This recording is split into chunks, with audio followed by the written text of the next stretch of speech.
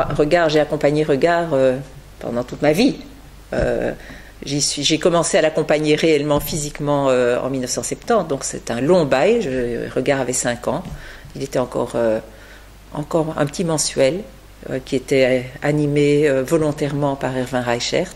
Et c'est à ce moment-là qu'on a décidé qu'on allait se lancer dans la grande aventure et en faire un hebdomadaire. Et on a fait venir Viviane Tettelbaum qui revenait des États-Unis, et Viviane s'est retrouvée dans un petit bureau, et moi à côté, et on a dit voilà, il faut faire un hebdomadaire. Et donc, elle s'y est mise courageusement. Ça a été une tentative qui n'a pas duré longtemps parce que c'était trop cher. Et c'est l'époque aussi où on a développé de manière extraordinaire le lectorat de Regard. On envoyait ce journal gratuitement, tous azimuts. Ça, c'est la première chose que je voulais dire. Donc, j'ai vécu de très près tous ces développements. Et puis, pour moi, Regard, c'est le meilleur journal juif en français. Il n'y en a pas un deuxième. Il y a eu des périodes glorieuses, l'Arche, etc. Mais tout ça n'existe plus.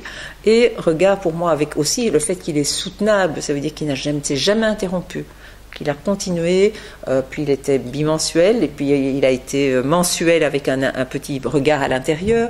Et donc il a accompagné de manière formidable la vie juive en Belgique, et avec un souci d'information sur ce qui se passe dans le monde juif, que ce soit dans le domaine politique, que ce soit Israël, la Palestine, que ce soit les difficultés que le monde juif a à se développer, à vivre, à exister, les questions liées à l'antisémitisme, mais avec ce fil rouge toujours d'une approche ouverte, d'une approche, comment dirais-je, balancée, et c'est pas toujours facile, et on le sait tous, et donc je trouve que Regard peut être fier d'être arrivé à 50 ans et d'avoir derrière lui un passé d'une telle richesse et un journal tellement intéressant. Et donc je trouve que c'est formidable. Vous avez aussi fait le passage vers l'Internet qui est excellent.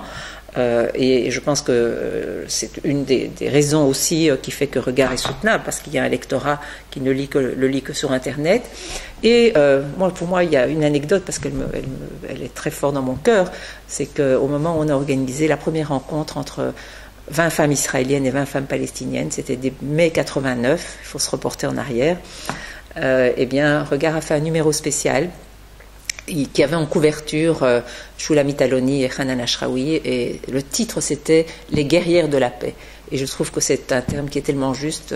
Malheureusement, on ne baigne pas dans l'optimisme actuellement, mais comme nous sommes tous des optimistes désespérés, nous espérons qu'un jour Israël et la Palestine seront en paix, que la région sera en paix, et que nous Juifs, nous pourrons nous consacrer à parler de toutes les choses magnifiques qui se passent au Moyen-Orient, en Israël et ici en Belgique, et que Regard continuera à traiter de toutes les questions qui sont difficiles. Les questions du vivre ensemble à Bruxelles et en Belgique sont à l'ordre du jour maintenant, et on ne peut pas les laisser de côté. Nous avons Regard a un rôle important à jouer, et nous, Juifs, politiques, société civile, nous avons un rôle à jouer important là-dedans.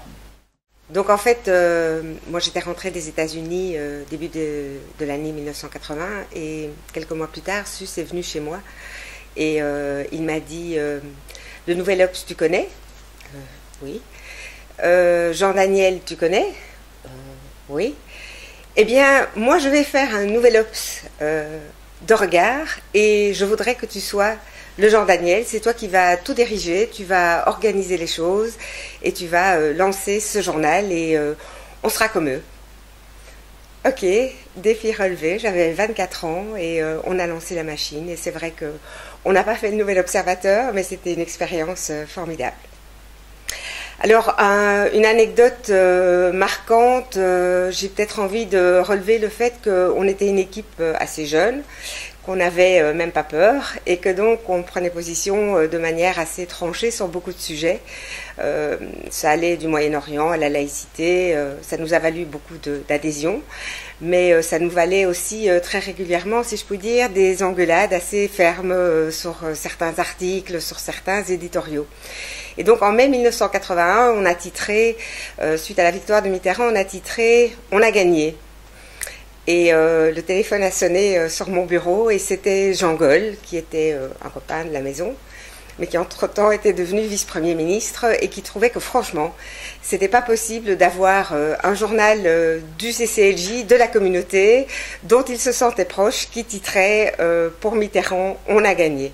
Et donc on a vraiment reçu une engueulade, enfin j'ai reçu une engueulade du vice-premier ministre qui me fait sourire aujourd'hui, bien évidemment, parce que je ne titrerai sans doute plus comme ça, certainement plus comme ça, et que voilà, je recevrai peut-être un autre genre de coup de fil. Alors c'est avec beaucoup d'émotion que je parle de Regard.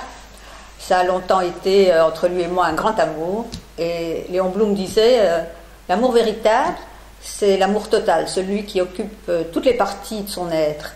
Bon, avec Regard, c'était ça. J'avais Regard chevillé au corps, je dormais, je me levais avec Regard. Ça a été une aventure fantastique. Quand je suis entrée, on était en pleine euphorie de l'après-Oslo. On avait signé Oslo 1, Oslo 2, les accords de tabac. Enfin, c'était magnifique, on était sûr qu'on était sur la voie de la paix. Tous les articles de la rédaction israélienne ne parlaient que de ça. Moi, j'avais fait un dossier sur la pédagogie pour montrer aussi ce qu'Israël avait à apporter sur ce plan-là, notamment avec les théories de Bar-Ilan, les théories de Yael Posner. Mais en même temps, c'est aussi à cette époque-là qu'il y a l'attentat contre l'école juive de Villeurbanne et que le plan Vigipirate va se mettre en place. Et à l'époque, le rédac-chef est Jojo Lefkovitch, mais en vérité, il n'est là qu'un tiers temps. Le reste du temps, il est journaliste à la RTBF. Et souvent, au milieu de la nuit, on entend sa voix chaude, martiale, un peu, donner les dernières infos juste avant la Brabançonne qu'on entendait à l'époque. Alors, je me rappelle mon premier CA, il y a Sus qui est là, bon, moi avec mon 1m50, lui avec ses 2 mètres, comme ça, impressionnant, et qui me demande « Mais Sarah, qu'est-ce que tu veux faire de Regard ?» Alors, je lui dis « Écoute, Regard, c'est un magnifique collier dans un écrin, mais un collier, il doit être porté au cou d'une jolie femme. » Alors, il me dit « Porte-le, Sarah !» C'était flamboyant comme ça, et donc ça m'a donné beaucoup de force et d'être soutenue et d'être... Bon, alors là, c'était pas toujours de tout repos, on s'engueulait souvent. Moi, je voulais ouvrir très fort le journal à toutes les tendances de la communauté. On a voulu en fait à un moment donné professionnaliser le journal, et je suis allée chercher Luc Rosenzweig. J'avais lu un édito de lui un an avant, je crois. Et j'avais compris qu'il y avait chez Luc une forme de sensibilité juive qui n'était pas tout à fait satisfaite. Et donc je l'ai contacté, et quand je suis arrivée chez lui avec des numéros de Regard, c'était une enveloppe que on m'avait préparée à la rédaction. Manque de peau, il ouvre l'enveloppe, la moitié des Regards n'étaient pas imprimés. Donc je me sentais un peu embêtée. Mais bon, voilà, il a pris ça avec philosophie. Il avait justement une correspondance du Monde en Belgique qui allait s'ouvrir, et donc je l'ai très très fort pressé pour qu'il vienne et qu'il accepte. Alors bon, au départ, il a amené des signatures. Bon, il ne travaillait pas comme rédac-chef, d'ailleurs le 3e mois il se faisait plus payer. Mais j'allais le voir une fois par mois avec le journal, et on faisait la critique. Et donc il nous a beaucoup aidé à ce niveau-là.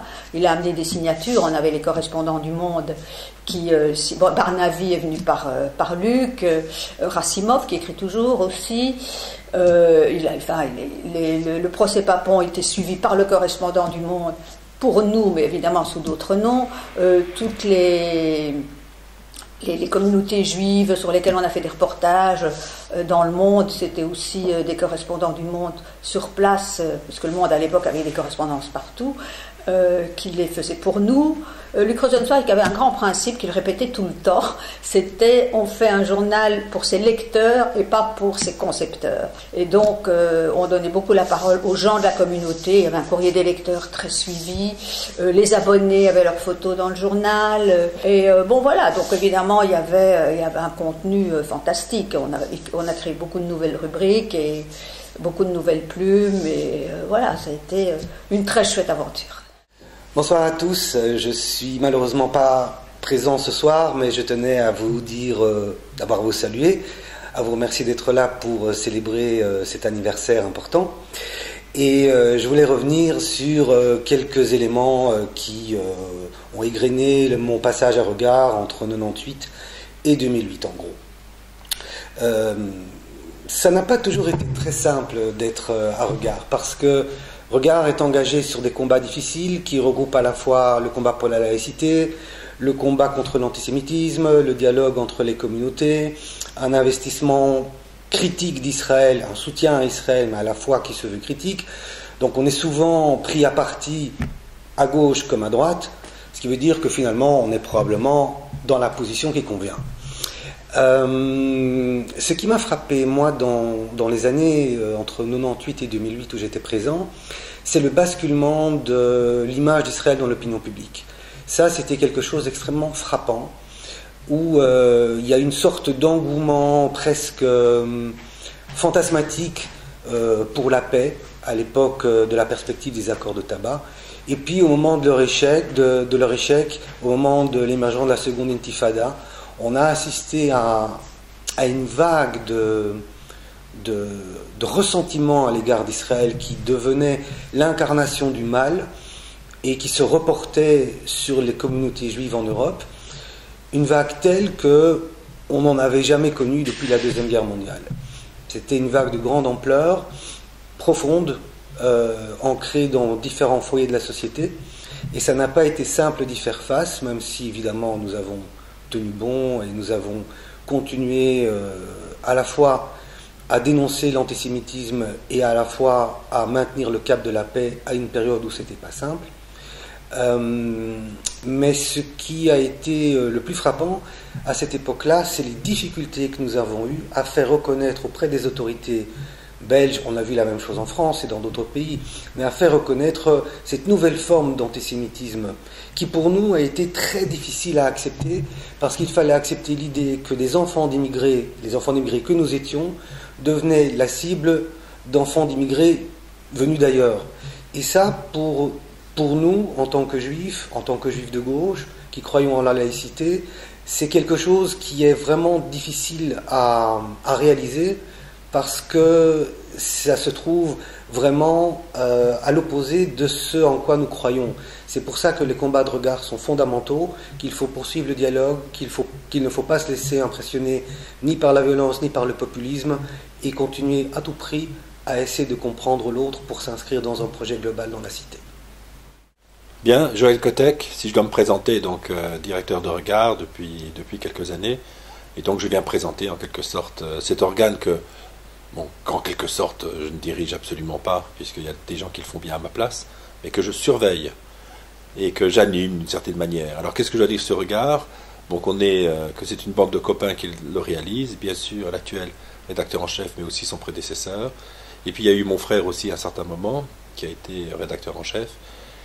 Et puis finalement, le fait d'avoir été amené un peu par hasard à rédiger un éditorial par mois, et le plaisir finalement de l'écrire, puisque c'est finalement la manière que j'ai d'exprimer au fil des mois le ressenti sur l'actualité, et de pouvoir peut-être un peu modestement, parce que nous ne sommes malheureusement pas assez diffusés, donc de pouvoir bousculer ces sociétés, parce que je pense que Regard est un des rares médias belges à pouvoir énoncer un certain nombre de choses, sans tabou, sans complexe, mais bien sûr toujours au service des grands idéaux qui sont les nôtres, qui sont des idéaux quand même humanistes, c'est important de le souligner, mais aussi sans ce côté bisounours ou en quelque sorte voilé que peuvent avoir certains médias et certains journalistes.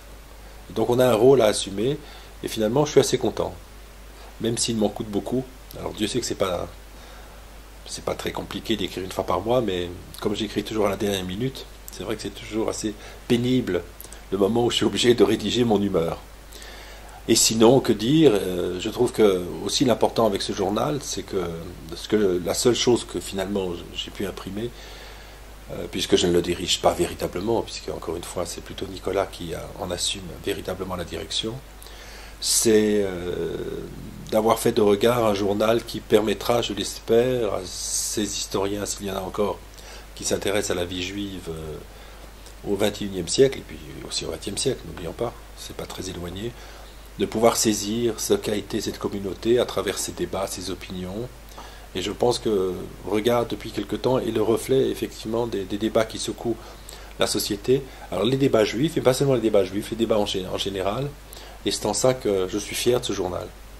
Et comme je suis historien, je pense que les historiens du futur trouveront plaisir et comprendront mieux notre société à travers la lecture des éditoriaux, naturellement les biens, ceux de Nicolas, bien sûr ceux de Guy Archer, qui, mois après mois, éclairent d'une belle lumière la pensée et les débats de nos sociétés. Alors, longue vie à Regard. Oui, moi j'ai connu le CCLJ et Regard du temps où j'étais encore l'assistant de Chaim Perelman. Et Fela Perelman dirigeait les Amis belges de l'Université hébraïque de Jérusalem, et elle avait donc beaucoup d'impact sur les relations avec Israël. Et en même temps, en Belgique, il me semblait que l'impact sur la jeunesse, c'était David Zuskind. Et j'étais essentiellement d'accord avec lui depuis le début. C'est-à-dire qu'il y avait à l'ULB, ça on se place dans les années 70, il y avait d'un côté les juifs de droite qui défendaient le gouvernement israélien dans toutes les circonstances, et puis d'autre part, il y avait Liebman, Jean Salmon, droit international public, etc., qui défendaient des positions pro-palestiniennes qui me semblaient très, très injustes vis-à-vis de la position israélienne. Et donc, j'ai toujours trouvé que la position de ces intellectuels, de ces militants qui défendaient une conception ouverte du judaïsme, à la fois laïque et donc non pas religieuse, mais laïque, et qui était tout à fait en accord avec les principes de laïcité que j'ai toujours défendus, et puis qui d'autre part était en faveur de la paix, et de concession et de deux États, parce que c'est pas toujours la même chose, bien sûr. Il y a des gens qui peuvent être non religieux, ça existe en Israël, et très anti-palestinien, et inversement. Et donc je trouvais que c'était une position qui était une position très importante à la fois pour l'avenir du judaïsme et pour Israël. Et je trouve que par exemple l'action du CCLJ et de Regard avec les Arméniens, par exemple, pour la reconnaissance du génocide arménien, ou aussi avec les Tutsis, victimes du génocide des Tutsis, je trouve que ça montre une capacité d'ouverture que je trouve extraordinaire. C'est la raison pour laquelle je trouvais qu'une revue comme Regard était très importante et que j'ai accepté d'y participer, et donc de me fendre tous les mois, après avoir été harcelé, d'un article que je suis très content d'avoir fait après, parce que je trouve que c'est véritablement un engagement. Donc je trouve que dans le monde actuel, qui est un monde énorme de repli communautaire, évidemment quand une communauté se replie sur elle-même, les autres le font par réaction, etc.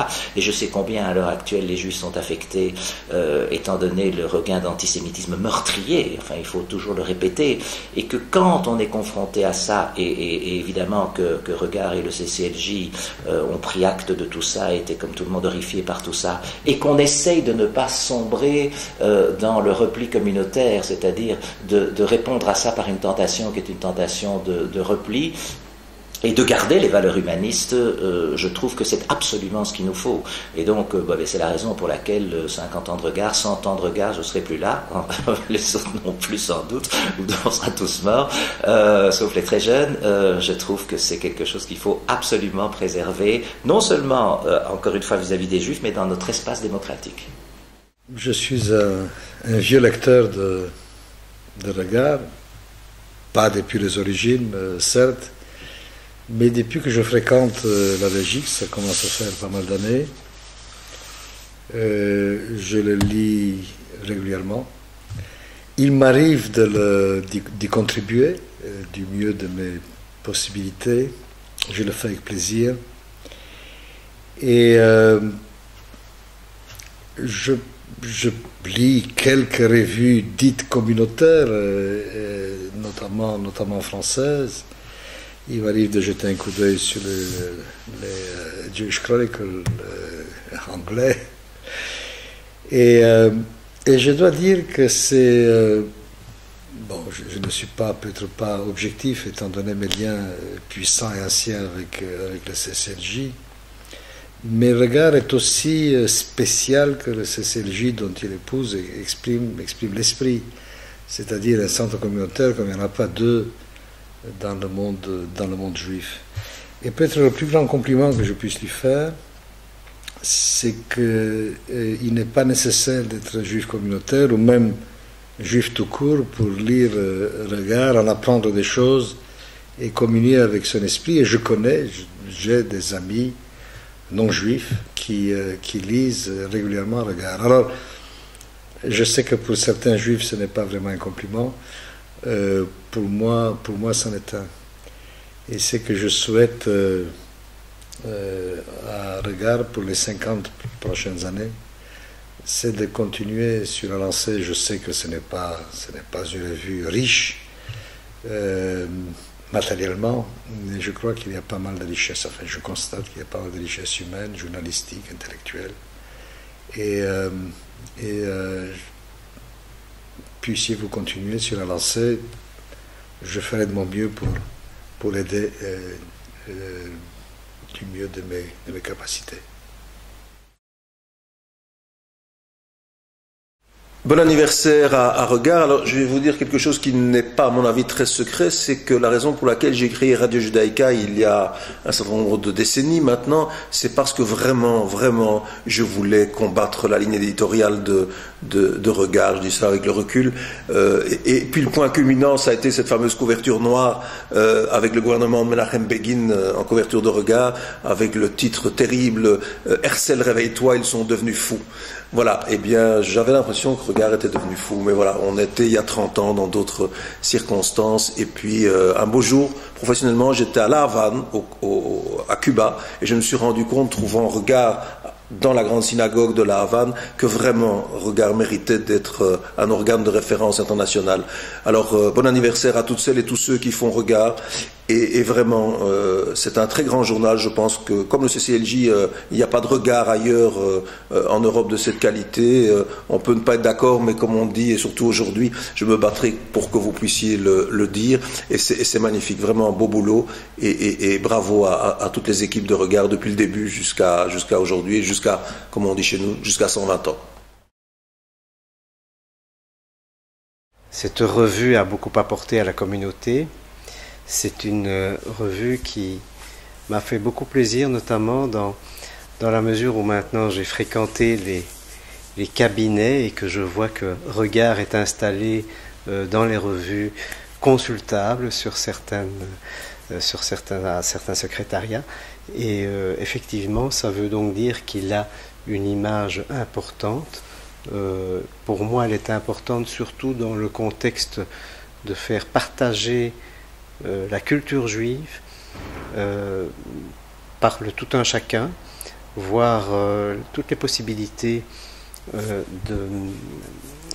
politiques aussi au niveau des choix, des discussions, des débats. Il y a cette richesse vraiment de notre communauté qui s'exprime très très bien au travers de Regard, qui vraiment fait un travail de fond très important, et donc effectivement c'est à juste titre que, comme je le disais, il est sur les devantures de ce secrétariat, parce que je crois qu'il exprime réellement la vivacité de notre communauté et de sa richesse. Donc effectivement un très très beau travail que je félicite encore une fois.